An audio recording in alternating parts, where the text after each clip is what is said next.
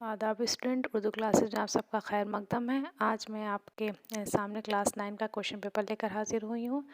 जैसा कि आपको इल्म है कि माध्यमिक शिक्षा परिषद ने क्लास 9 का जो सवाल पूछने का तरीका है उसको चेंज कर दिया है, बदल दिया है। अब ये जो उनका सवालनामा है यानी जो क्वेश्चन पेपर है वो दो हिस्सों में तकसीम है।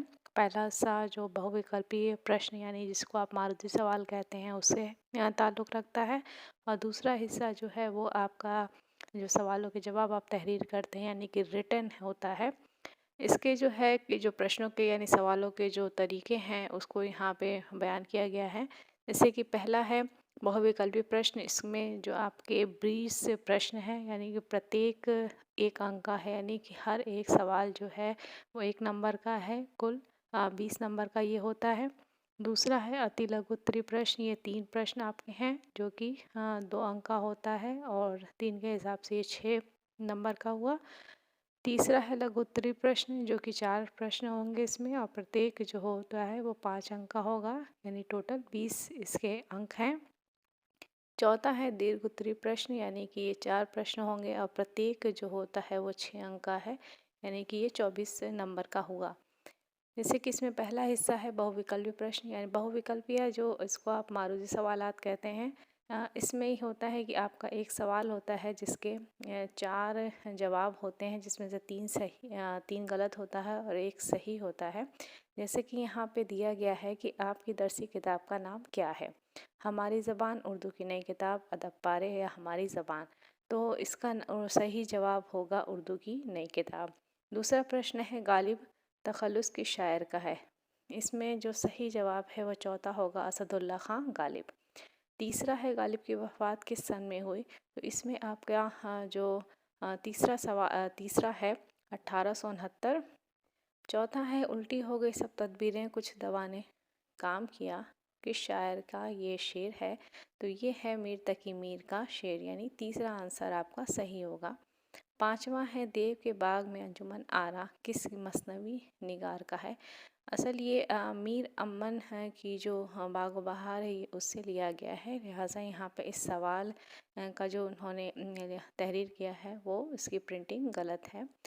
छठा नंबर का सवाल है वली मोहम्मद कहाँ के रहने वाले थे। तो ये हैं गुजरात के रहने वाले थे, दूसरा इसका आंसर सही है। सातवां है रेल का सफ़र किस का मजमून है। तो ये पहला जो है रतननाथ सरशार है, ये इनका ही मजमून है। आठवां सवाल दिया है लेकिन इसका कोई भी ऑब्जेक्टिव नहीं दिया है, लिहाजा 9वें सवाल पे आते हैं कि 9वां सवाल है मीर हसन की मसनवी का नाम लिखिए। तो मीर हसन की मसनवी का नाम जो है वो तीसरा है बेनज़ीर के गायब होने पर मातम। 10वां सवाल है रुबाई में कितने मिसरे होते हैं। तो रुबाई में 4 मिसरे होते हैं, दूसरा इसका जवाब सही है। 11वां सवाल है मीर तकी मीर की पैदाइश कहाँ की है। तो ये है तीसरा, यानी आगरा में मीर तकी मीर की पैदाइश हुई थी। 12वां सवाल है किसके खुदूत को मुरासला निगारी में बदल दिया गया। तो ये है मिर्ज़ा गालिब, यानी तीसरा जो है सवाल आपका सही है। 13वां सवाल है मुख्तसर अफसानों का बादशाह किसे कहा जाता है। तो इसमें प्रेमचंद जो तीसरा है आंसर ये सही है। 14वां सवाल है किस अदीब को मुसव्वरे गम कहा जाता है। तो इसमें राशिदुल खैरी जो पहला है आंसर इसका सही है। 15वां सवाल है बहस व तकरार किस अदीब का सबक है। तो इसमें पहला सर सैयद अहमद ख़ान है, इनके सबक का नाम है। 16वां सवाल है आब हयात किसकी तसनीफ़ है। तो आब हयात तीसरा मौलाना मोहम्मद हुसैन आज़ाद की ये तसनीफ़ है। 17 है सवाल तशबीह का अरकान बताइए। तो इसमें पहला है मुशब्बा। सवाल नंबर 18 है सारे जहाँ से अच्छा हिंदुस्तान हमारा किसकी नज़्म है। तो ये इकबाल की नज़्म है, यानी सवाल जवाब नंबर 2 आपका सही है। सवाल नंबर 19 है फ़ज़ल अली फ़ज़ली की कौन सी किताब उर्दू नस्र का अच्छा नमूना है। तो ये आपकी करबल कथा जो है वो आपकी फ़ज़ली की किताब है। 20वां सवाल है लब पे आती है दुआ बन के तमन्ना मेरी किस शायर की नज़्म है। तो ये यानी कि ये दूसरा आंसर इसका सही है। इसके बाद आपका मुख्तसर जो अति लघु सवाल है, अति लघु उत्तरीय प्रश्न आया है। ये 3 है इसमें प्रश्न है। पहला है करबल कथा किसकी तसनीफ़ है। दूसरा फोर्ट विलियम कॉलेज कहाँ है, तीसरा मिर्ज़ा गालिब की वफ़ात कब हुई। इसके बाद लघु उत्तरीय प्रश्न है, यानी इसमें 4 प्रश्न आपको हल करने हैं, यानी 4 सवालों के जवाब देने हैं।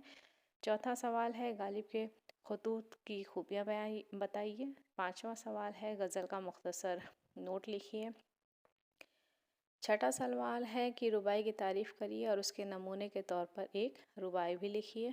सातवां सवाल है दिल नादा तुझे हुआ क्या है, आखिर इस दर्द की दवा क्या है। ये किस शेर किसका है और इसकी क्या खूबियाँ हैं, इसको आपको तहरीर करना है।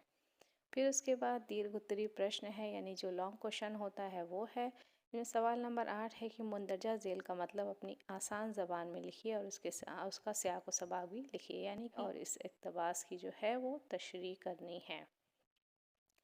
सवाल नंबर 9 है कि मुंदरजा झेल उन्वानात में से किसी एक पर अपनी ज़बान में मजमून लिखिए, यानी ये जो 5 उन्वान दिए हैं, रेल का सफ़र, सफाई, निस्फ़ ईमान है, किसी सियासी रहनुमा की ज़िंदगी जो हमें पसंद हो, ईद की खुशियाँ और साइंस की बरकतें, इनमें से कोई एक पे मजमून लिखना है।